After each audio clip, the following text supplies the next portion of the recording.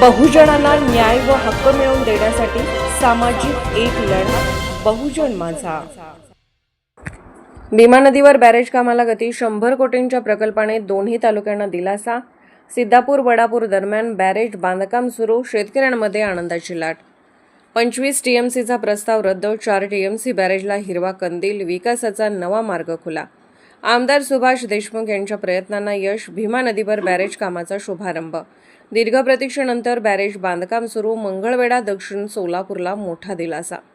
भीमा नदीवर बॅरेज बंधाऱ्याच्या कामाला सुरुवात, दोन्ही तालुक्यांच्या विकासाला चालना। मंगळवेढा दक्षिण सोलापूर प्रतिनिधी।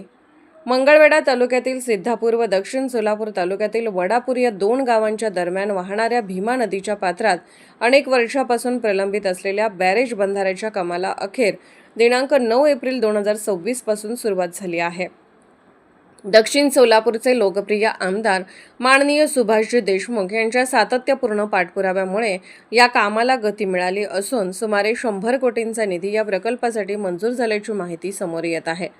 प्रारंभी या ठिकाणी 25 टीएमसी क्षमतेचे धरण उभारण्याची घोषणा झाली होती, मात्र नदीकाठच्या शेतकऱ्यांच्या जमिनीचा विचार करून शासनाने तो प्रस्ताव रद्द करत सुमारे 4 टीएमसी पाणीसाठा होईल अशा बॅरेज बंधाऱ्याचा निर्णय घेतला।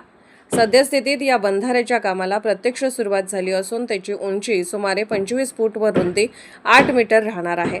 या बंधाऱ्यामुळे केवळ पाणीसाठा वाढणार नसून मंगळवेढा व दक्षिण सोलापूर या दोन्ही तालुक्यामधील दळणवळणालाही मोठी चालना मिळणार आहे।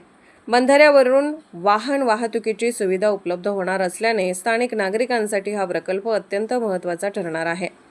दरम्यान रिपब्लिकन सेनेचे महाराष्ट्र नेते सिद्धार्थ कांबळे यांनी प्रत्यक्ष स्थळी भेट देऊन सुरू असलेल्या कामाची पाहणी केली।